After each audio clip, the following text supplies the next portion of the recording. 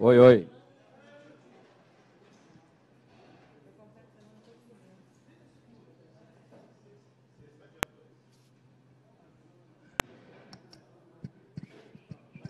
Oi, oi.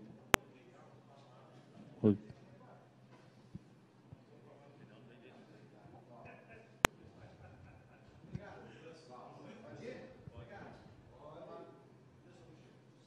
Vamos lá. Vitor, semana mais importante do ano, tem uma vantagem o Grêmio, mas o Atlético de Astral novo para buscar esse título que o torcedor acredita. O torcedor acredita e a gente acredita também. A gente sabe que o Grêmio conquistou uma vantagem no primeiro jogo. Sabemos que não fizemos um bom jogo também, mas sabemos da nossa capacidade, sabemos daquilo que a equipe pode render, que pode fazer. Temos valores individuais que podem fazer a diferença, que podem decidir um jogo como esse. Então, trabalhar esses 2 dias que faltam aí para a decisão, para a gente por tudo ou nada, né? Não temos por que não acreditar, não temos por que não lutarmos, porque tudo é possível. Futebol não é uma ciência exata, né? Até por isso que tanta gente gosta de futebol. Então, vamos lutar com unhas e dentes para buscar reverter essa situação no jogo da volta. Ô, Vitor, depois do jogo de ida, muita gente desanimou, mas no decorrer dos dias foram mudando, fazendo um pensamento de 2-0 e joga nas costas do São Vitor lá na disputa de pênalti. Como você vê essa responsa e também a confiança, né, que o torcedor tem em cima de você? Bom, acho que o torcedor também, assim como a gente, se remobilizou, né? Nós saímos extremamente chateados, não só pelo resultado, mas pela performance que nossa equipe teve, que foi um pouco abaixo daquilo que... Pouco não, foi bem abaixo daquilo que a gente pode render. E 2-0, né? Fazer 2-0 tem sido a chave tem sido a senha para a gente conseguir grandes conquistas, né? Então, evidentemente que é uma situação diferente, que as outras situações que a gente precisou reverter era jogando aqui em Belo Horizonte, mas o Atlético já está calejado nesse tipo de situação. E se precisar, estamos lá, estamos preparados, estamos prontos para todo tipo de situação, né? E é possível. Um resultado, 2 gols de diferença é uma situação que pode perfeitamente acontecer e a gente tem que estar preparado para, se for solicitado nesse tipo de decisão, poder corresponder. Ô, Vitor, quando da saída do Marcelo Oliveira, o presidente esteve aqui e disse que agora fica nos ombros dele e também com os jogadores. É mais ou menos isso que é a conversa de vocês para esse jogo decisivo, até pela saída do treinador, o Diogo chegando agora para treinar o time? Bom, a responsabilidade é sempre é nossa, dos jogadores, sempre esteve em cima da gente. Afinal, somos nós que entramos dentro de campo para poder resolver.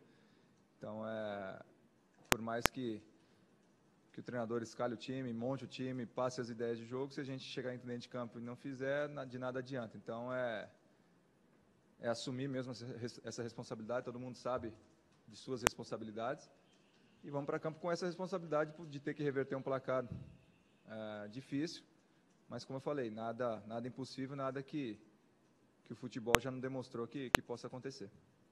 Vitor, você citou aí na primeira resposta que é um tudo ou nada, né? Esse tudo ou nada, o preparo psicológico, quem sabe não pensar muito nessa desvantagem que acabou se criando com o primeiro jogo, você acha que pode ser um dos fatores fundamentais para entrar em campo, ou você acredita que os aspectos táticos serão mais fundamentais que os emocionais do time? Quando eu digo tudo ou nada, a gente fala porque é o último jogo e depois desse jogo não há nada o que fazer. Mas futebol não se ganha na loucura, não se ganha de qualquer jeito, se ganha com organização, se ganha com tática, se ganha com estratégia. Temos criado nossa estratégia para esse jogo. Acho que a gente não pode entrar em campo pensando unicamente em reverter uma situação. Temos que jogar o jogo, fazer o nosso melhor. Se a gente conseguir fazer o nosso melhor jogo, creio que nós temos todas as condições de reverter, sim, esse resultado. Mas é jogar com inteligência, né? Jogar com sabedoria, jogar com tranquilidade, mesmo sendo uma decisão, sendo uma final. Como eu falei, não se ganha de qualquer jeito, não se ganha na loucura, não se ganha querendo passar por cima de ninguém. Se ganha com estratégia, se ganha com comprometimento e, acima de tudo, com tranquilidade para entrar em campo e cada um fazer o seu melhor. Vitor, é um mês de novembro negativo em relação a vitórias. O Atlético já está algumas partidas sem vencer. Tem alguma explicação para essa queda de produção da equipe nos últimos jogos? A gente tem oscilado bastante, né? Talvez o fato do distanciamento ali na briga pelo título brasileiro tenha causado um impacto negativo, né? Já visto que a gente ficou um pouco longe, né, em determinado momento dos líderes, né, do líder, no caso, do Palmeiras, que hoje já é campeão brasileiro. Isso talvez tenha baixado um pouco a intensidade da nossa equipe, mas agora a gente tem que focar na Copa do Brasil, a decisão que vale o ano para a gente. Vitor, você falou sobre valores individuais que podem decidir, e o Diogo disse na entrevista coletiva ontem que ainda espera, né, depois de uma conversa com o departamento médico, em relação ao Luan, ao Otero. E aí eu te pergunto até que ponto, não só dentro de campo, mas o Luan, por exemplo, que é uma figura emblemática já do time, pode ajudar, se voltar, se ficar ali no banco de reservas. Bom, a gente sabe da importância do Luan, no que diz respeito à intensidade, entrega física, né? Eu vejo o Luan como um termômetro da nossa equipe. Ele é uma liderança física dentro do campo, porque é impossível você, né, os demais atletas ficarem indiferentes à entrega que ele tem dentro de campo, e seria assim um grande retorno, um retorno importante, caso ele consiga fazer parte aí do grupo que vai disputar essa final, porque a gente sabe do que ele representa na história do clube, do que ele representa dentro de campo, a sua entrega, a sua qualidade técnica. Então a gente espera assim a volta dele, do Otero também, que é um jogador de muita qualidade técnica, que pode decidir numa bola parada, num chute de média distância, né? Então é um momento onde todo sacrifício é válido, porque muita coisa está em jogo e a gente espera conseguir atingir esse objetivo também.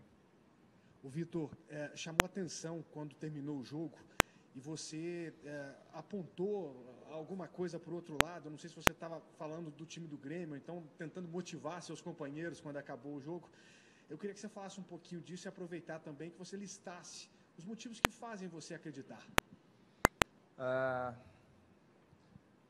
É difícil naquele momento ali, depois de uma derrota da forma como foi, você se manter forte, se manter inabalado, né? E ali eu percebi uma tristeza muito grande dos jogadores e tentei mobilizá-los, tentei mantê-los ali focados, né? Dizendo que ainda não tinha nada decidido, apesar do resultado ruim, né? Que eu vi alguns jogadores do Grêmio comemorando, até achei uma certa falta de respeito, e aquilo deixou de certa forma irritado. E acho que assim, motivos para acreditar não faltam, né? Temos aí pelo menos 4 motivos aí no qual conseguimos reações improváveis, que muita gente davam como incertas, e a gente conseguiu. Então eu falei na saída do campo, reitero hoje, não duvido da capacidade do Atlético de reverter situações. O Atlético entra forte, entra motivado e entra focado para esse jogo decisivo. Beleza?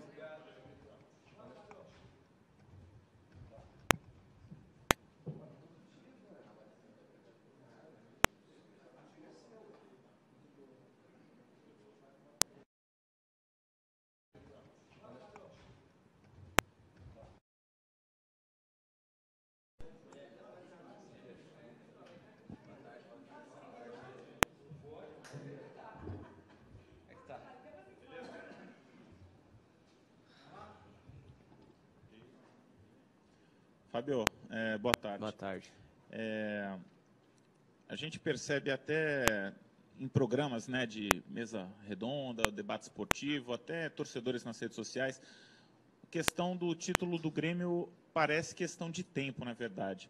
Como é que, mas eu imagino que entre vocês, até pela entrevista que a gente teve agora com o Vitor aqui, o pensamento é completamente diferente.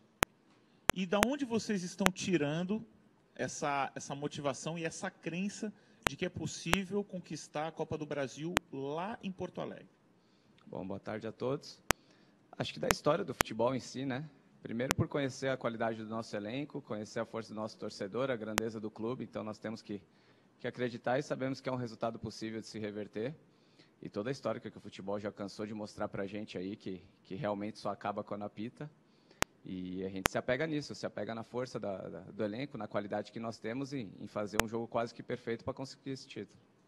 Fábio, nas fases anteriores da Copa do Brasil, o Grêmio tinha ganho do Atlético Paranaense fora, acabou perdendo, decidiu nos pênaltis lá a classificação.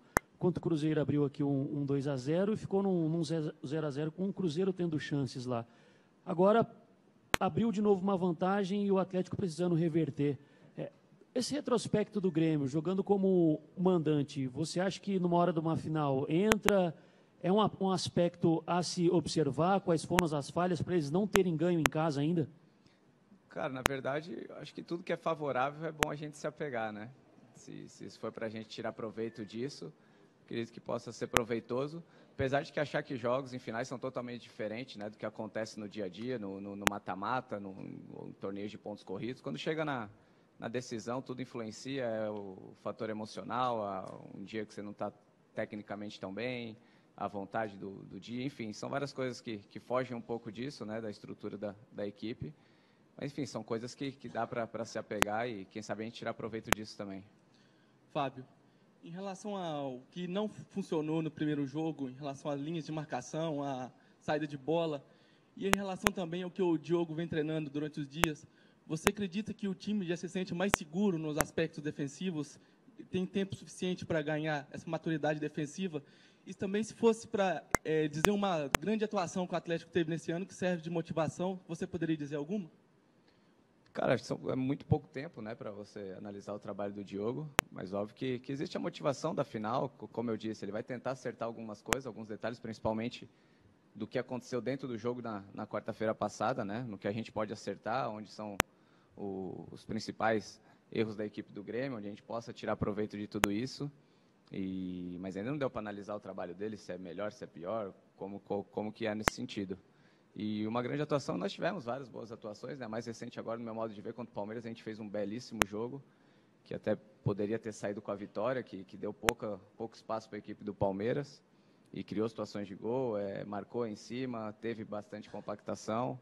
Enfim, acredito que essa foi uma grande atuação, apesar do 1-1. Ô, Fábio, você acha que pelo fato dos jogadores do Atlético hoje serem jogadores muito técnicos, de muita qualidade, falta talvez um pouco aquela decisão de matar uma jogada, dar de repente um pontapé, não para machucar, mas para parar o jogo mesmo? Contra o Flamengo tomou um gol que o jogador carregou a bola o campo inteiro, contra o Grêmio a mesma coisa, carregou a bola o campo inteiro, e contra o São Paulo ontem, igualzinho. O Atlético não está matando essa jogada, o Diogo até falou na entrevista coletiva, que às vezes vale a pena trocar um cartão por um gol do adversário. Você acha que pela capacidade técnica dos jogadores que tenta realmente não matar essa jogada desse jeito? Isso é difícil falar, né? Isso vai muito de jogada para jogada.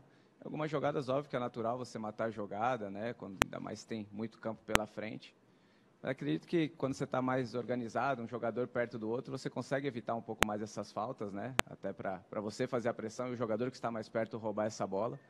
E esses gols que nós tomamos foi sempre no final do jogo, né, cara? Onde a equipe já está querendo o resultado, está muito mais exposta do que no começo da partida. Então são situações aí que não acontecem durante toda a partida. São lances esporádicos, né? Mas sem dúvida nenhuma, óbvio que quando tem que matar a jogada é mais fácil para depois recompor todo mundo e posicionar. Fábio, vocês estão trabalhando com a contagem regressiva para a quarta noite? E outra coisa, como é que vocês estão lidando com a ansiedade? A gente já está meio que acostumado com isso, né? Realmente demorou bastante para chegar essa final, que ficou um espaço grande entre a semifinal e a final. E principalmente depois do jogo de quarta-feira, onde você sabe que as coisas não aconteceram como nós imaginávamos, né? E você fica mordido, você não vê a hora de jogar novamente. Se pudesse ter outro jogo na quinta-feira para a gente tentar fazer de uma forma diferente. Mas, enfim, a gente tem que trabalhar essa ansiedade, com que ela não nos atrapalhe também quando começar o jogo, né? Ser inteligente de fazer um jogo bacana lá em Porto Alegre, que nós vamos precisar fazer um jogo quase que perfeito. Então é importante trabalhar essa ansiedade para fazer um grande jogo. Fábio, o Vitor disse que o Atlético tem valores individuais que podem decidir o jogo a qualquer momento da partida. Você acredita hoje que o Atlético é melhor individualmente ou no conjunto? Porque até alguns comentaristas, depois do jogo contra o Grêmio, colocaram isso, que o Atlético é muito bom individualmente e não tanto no conjunto. O que você acha disso? Eu acho que quarta-feira ficou evidente isso, né? Que o Grêmio mostrou um conjunto melhor que do Atlético. Num jogo onde a gente não conseguiu fazer com que o individual prevalecesse também, o coletivo muito menos.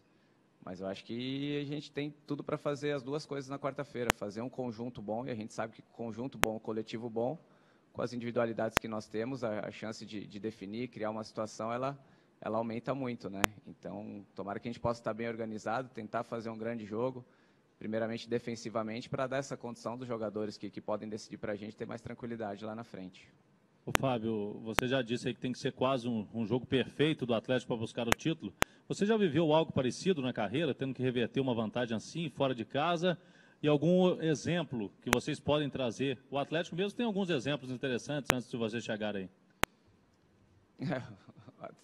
A principal que eu tive foi contra o próprio Atlético, mas de uma maneira contrária, né? Quando eu estava no Corinthians, que nós ganhamos de 2-0 em São Paulo, já saímos na frente aqui em BH.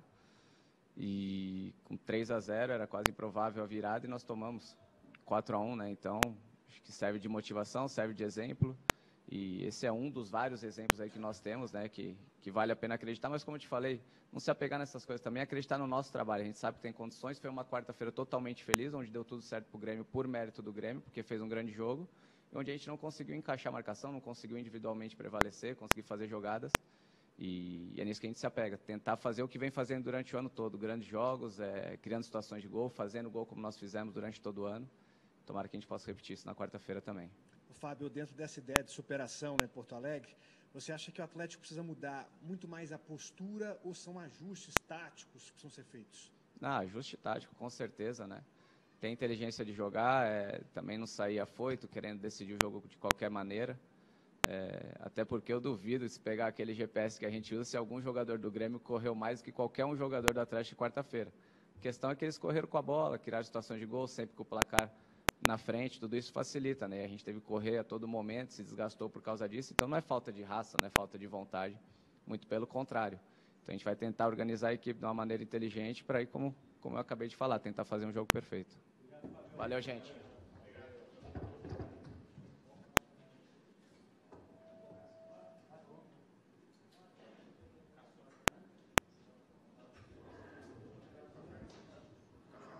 Gente, o Luan tá liberado, tá?